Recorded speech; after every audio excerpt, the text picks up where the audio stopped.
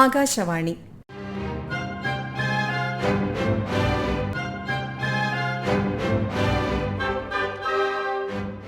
ജില്ലാ വൃത്താന്തം. ഇന്ന് എറണാകുളം ജില്ല.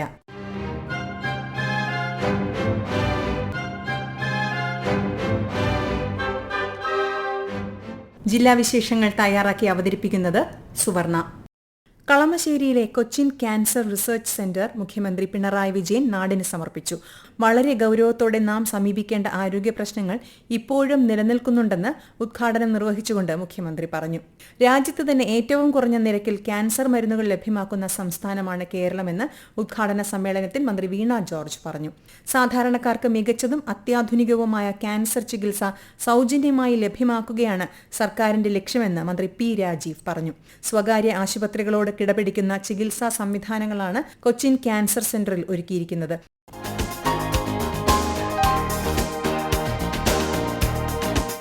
സിയാൽ എയ്റോ പാർക്ക് ഫേസ് 1ന്റെ ഉദ്ഘാടനം മുഖ്യമന്ത്രി പിണറായി വിജയൻ നിർവഹിച്ചു. കൊച്ചി അന്താരാഷ്ട്ര വിമാനത്താവളത്തെ യാത്രാ കേന്ദ്രം എന്നതിലുപരി ലോക നിലവാരത്തിലുള്ള സമ്പൂർണ്ണ വ്യോമയാന വ്യവസായ കേന്ദ്രമാക്കുകയാണ് ലക്ഷ്യമെന്ന് മുഖ്യമന്ത്രി പറഞ്ഞു. നാടിനെയും തൊഴിലാളികളെയും ഒരുപോലെ ചേർത്ത് പിടിച്ചുകൊണ്ടുള്ള വികസന മാതൃകയാണ് സിയാൽ ഉയർത്തിപ്പിടിക്കുന്നതെന്ന് ചടങ്ങിൽ ആധ്യക്ഷം വഹിച്ച മന്ത്രി പി രാജീവ് പറഞ്ഞു.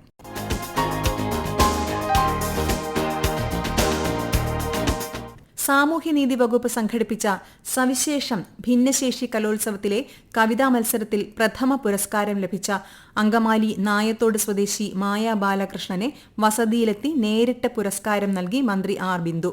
35 വർഷമായി ശയ്യാവലംബിയായ മായ ബാലകൃഷ്ണന്റെ മണ്ണാങ്കട്ടയും കരിയിലയും എന്ന കവിതാ സമാഹാരത്തിനാണ് പുരസ്കാരം ലഭിച്ചത്. 10,000 രൂപയും പ്രശസ്തിപത്രവും മെമന്റോയും അടങ്ങുന്ന പുരസ്കാരം മന്ത്രി മായയ്ക്ക് കൈമാറി.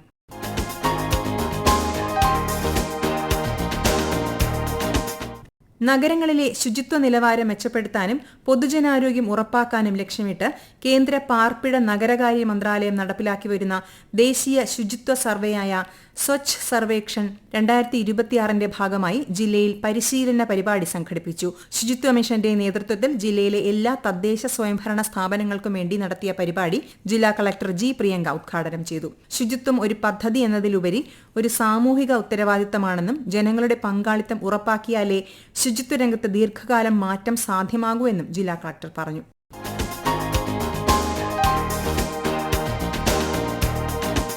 കണ്ടൽ കക്കയെ ഹാച്ചറിയിൽ കൃത്രിമമായി പ്രജനനം നടത്തുന്നതിൽ വിജയിച്ച് കേന്ദ്ര സമുദ്ര മത്സ്യ ഗവേഷണ സ്ഥാപനം CMFRI. ലഭ്യത കുറഞ്ഞുവരുന്ന ഈ കക്കവർഗത്തെ സംരക്ഷിക്കുന്നതിനും കൃഷിയിലൂടെ തീരദേശവാസികൾക്ക് പുതിയ വരുമാനമാർഗം ഒരുക്കുന്നതിനും വഴി തുറക്കുന്നതാണ് ഈ ശാസ്ത്രീയ നേട്ടം. CMFRIയിലെ മാരികൾച്ചർ വിഭാഗം ശാസ്ത്രജ്ഞരാണ് ജിലോയ്ന ഇറോസ എന്ന ശാസ്ത്രനാമമുള്ള കക്കയുടെ വിത്തുൽപാദന സാങ്കേതിക വിദ്യ വികസിപ്പിച്ചത്. കണ്ടൽക്കാടുകളിലും കായലോരങ്ങളിലും കണ്ടുവരുന്ന സുപ്രധാനമായ കക്ക ഇനമാണിത്. സംസ്ഥാനത്ത് വടക്കൻ കേരളത്തിലാണ് ഇവയെ കൂടുതലായി കാണപ്പെടുന്നത്. എന്നാൽ പലവിധ വെല്ലുവിളികൾ കാരണം ഇവയുടെ ലഭ്യത കുറഞ്ഞു വരികയാണ്. ഇത് പോഷകഗുണമേറിയ വിഭവമായാണ് കണക്കാക്കപ്പെടുന്നത്.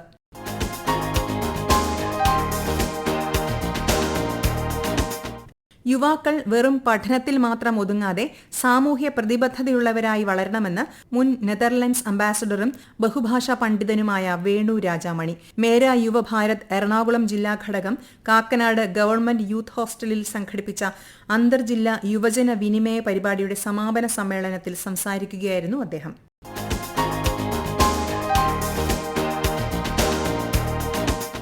തീവ്ര വോട്ടർ പട്ടിക പരിഷ്കരണത്തിന്റെ ഭാഗമായുള്ള പ്രവർത്തനങ്ങൾ ദേശീയ തെരഞ്ഞെടുപ്പ് കമ്മീഷൻ നിയോഗിച്ച സ്പെഷ്യൽ റോൾ ഒബ്സർവറായ അഡീഷണൽ CEO നിഷിത ഉപാധ്യായ് വിലയിരുത്തി. ജില്ലയിലെ തെരഞ്ഞെടുപ്പ് പ്രവർത്തനങ്ങളുടെ പുരോഗതിയും അനുബന്ധ വിവരങ്ങളും ജില്ലാ തെരഞ്ഞെടുപ്പ് ഓഫീസർ കൂടിയായ ജില്ലാ കളക്ടർ യോഗത്തിൽ അവതരിപ്പിച്ചു.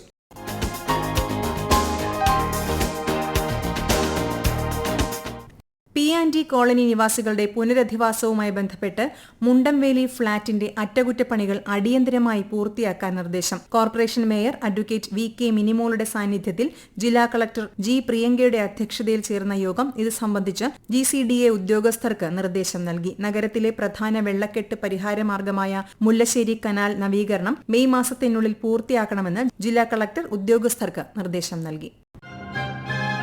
ജില്ലാ വൃത്താന്തം സമാപിച്ചു.